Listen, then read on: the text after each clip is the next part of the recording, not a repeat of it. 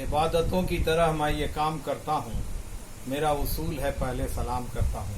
आज का दिन एक निहायत ही खुसूसी दिन है, इसलिए कि ये 40वीं जयंती है अपने उस महान विभूति की जिसे देश और विदेश में जाना पहचाना गया उसकी काबिलियतों के लिए।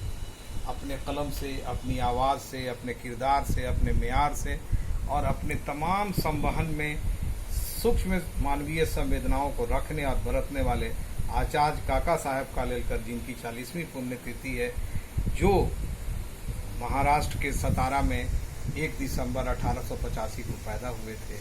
और उसके बाद से कौन जानता था कि ये बालक हिंदुस्तान के साहित्यिक और सांस्कृतिक परिवेश की एक धुरी साबित होगा। और इस प्रकार उन्होंने अपने आप को अपने जीवन के इब्तदाई दौर में अपने भाई बहनों में सबसे छोटे दत्तू नाम से पुकारे जाने वाले आचार्य काका साहब कालेलकर के जीवन के अंदर बहुत सारे आयाम हैं। और इतने आयाम हैं कि अलग अलग बिंदुओं पर अगर उसकी चर्चा की जाए तो ये संभव नहीं है कि 5 मिनट में, 4 मिनट में, 5 घंटे में ये बात की जाए। जिसने अपना पूरा जीवन भारतीय दर्शन के लिए, भारतीय संस्कृति के लिए, गांधीवादी सोच के लिए, गांधीवादी रखरखाव के लिए अर्पित किया, उस व्यक्ति के लिए बहुत कम शब्द पड़ेंगे।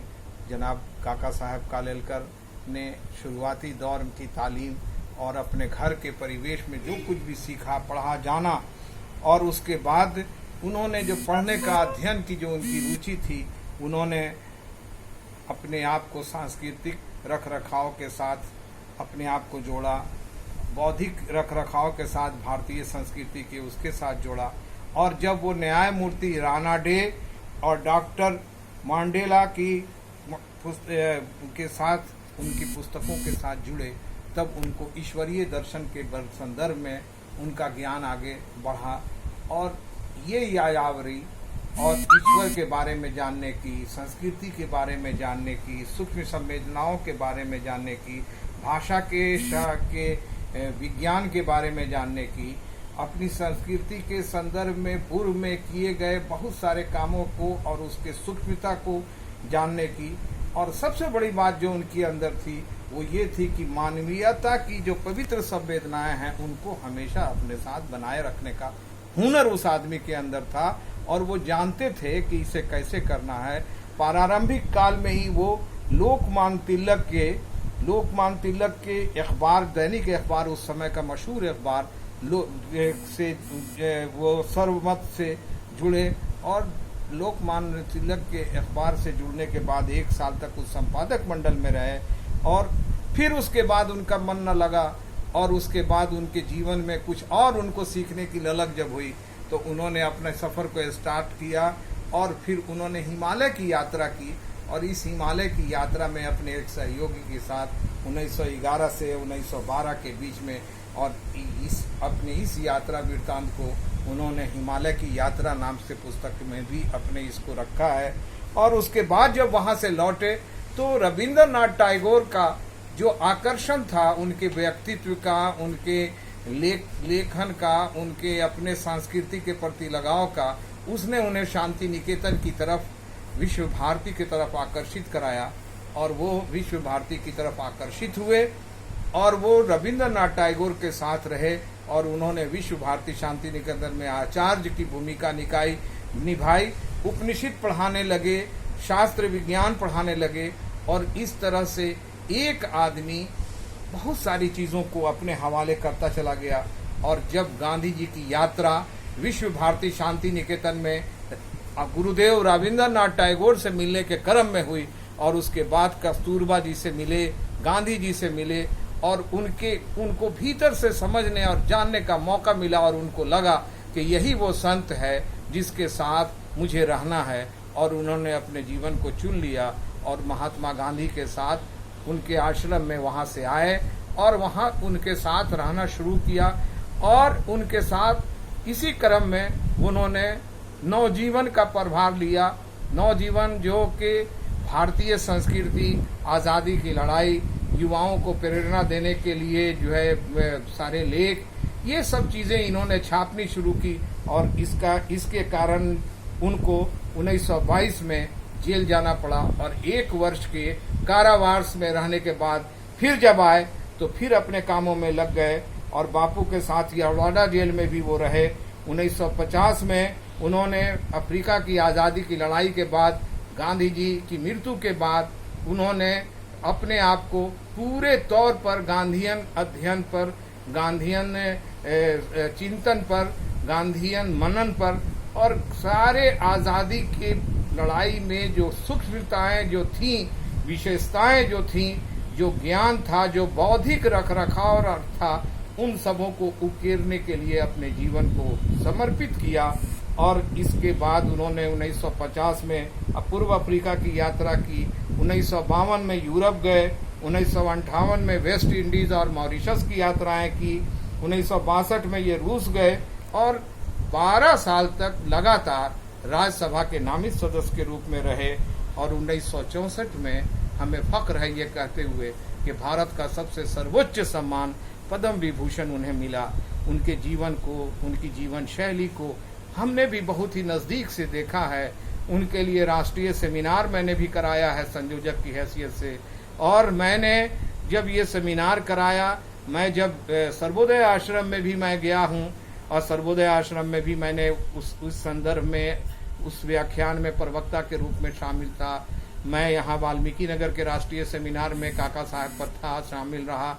और गांधी स्मृति न्यास ने जब राजघाट में एक सेमिनार किया था, उसमें जो 12 वॉल्यूम महात्मा गांधी के छपे थे, उस महात्मा गांधी जी के लिए, और उन्होंने अपनी जो सारी जो चीजें थी उसको जब उन्होंने दिया था, तो महात्मा गांधी के जो 12 वॉल्यूम जो थे उनको जब मैंने पढ़ा तो मैंने ये नजदीक से जाना, ये नजदीक से देखा कि एक शख्स के अंदर इतनी प्रतिभा, ईश्वर कभी कभी किसी को नवाजा करता है और उन नवाजने वालों में एक थे वो। मैं यही कह सकता हूँ कि और उन्होंने पूरे भारत के गिने चुने विद्वानों को अपने साथ एकत्रित किया, अपने साथ प्रेम पूर्वक रखा और अपने उनके बौद्धिक ज्ञान को बढ़ाने में अपनी जो क्षमता थी उसका सदुपयोग किया।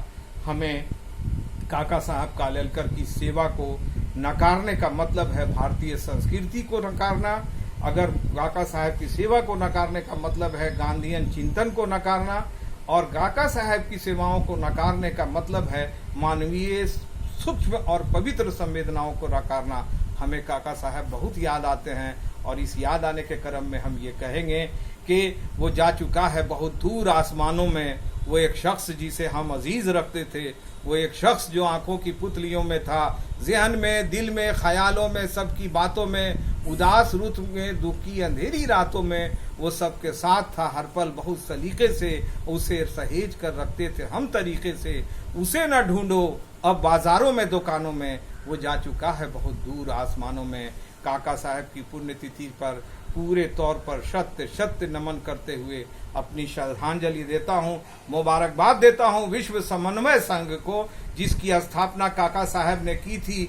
और उस स्थापना काल से ही आज जब 35-40 साल के बाद भी विश्व समन्वय संघ के जो लोग हैं, आचार्य अभिनव जी हों, कुसुम दीदी हों, अतुल प्रभाकर जी हों, इंदल जी हों, राजकुमार शर्मा जी हों और उनके जैसे सारे लोग हों, पूरे ये पवित्र आत्माएं पवित्र मन के साथ काका साहब के उस लक्ष्य को, जो मानवता को विश्व शांति के साथ स्थापित करना चाहते थे, जो भारत को विश्व गुरु बनाना चाहते थे, कहने के लिए नहीं बल्कि संवेदनाओं के लिए जमीनी स्तर पर।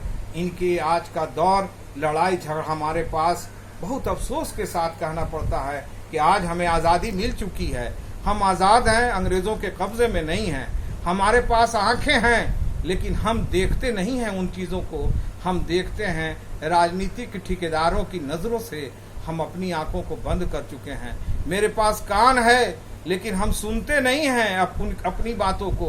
हम कान को अपने लिए इस्तेमाल नहीं करते हैं, कान को हम सांप्रदायिक दुर्भावना के लिए दिए गए कठोर निर्देशों के हवाले से कानों का इस्तेमाल करते हैं। और इस कान में दंगे, आपसी दुराव, जातीय भेदभाव और नफरत फैलाने वाली बातों को सुनने के लिए हम तैयार रहते हैं। हाथ है लोगों की मदद करने के लिए, लेकिन हम हाथ को लोगों की मदद के लिए नहीं उठाते हैं। ईश्वर से दुआ नहीं करते हैं, खुदा से इंसानियत की दुआएं नहीं मांगते हैं। हम हाथ को उठाते हैं रास्ता चलते हुए लोगों को कत्ल करने के लिए, पालाघाट में निर्मम और बेकसूर साधुओं की हत्याओं के लिए, और बंगलौर जैसी जगह पर किसी फेसबुक और किसी व्हाट्सएप के एक पोस्ट के बाद पूरे शहर को दंगे में तब्दील करने के लिए विश्व समन्वय संघ से ये आग्रह होगा कि अपनी मूल जो उनकी आदर्श हैं और उनके उद्देश्य हैं, उस आदेश के आलोक में इस भारत को एक सशक्त भारत बनाने के लिए, इस भारत को एक पवित्र भारत बनाने के लिए, काका साहब के सपनों को साकार करने के लिए हमें मानवीय संवेदनाओं को उभारना होगा। अपनी बात को, धर्म हमारी आस्था की चीज है, लेकिन इसे अपने घर तक रखना होगा, इबादत खानों तक रखना होगा। इसको चौक चौराहे गलियों और सड़कों में नहीं लाना होगा। और इन बात के साथ अपनी धर्म पर कही गई एक प्यारी सी नज्म जो विश्व शांति का संदेश देती है, विश्व समन्वय संघ के नाम और आचार्य काका साहब कालेलकर की पुण्यतिथि पर, 40वीं पुण्यतिथि पर उनको समर्पित करते हुए पढ़ना चाहता हूँ।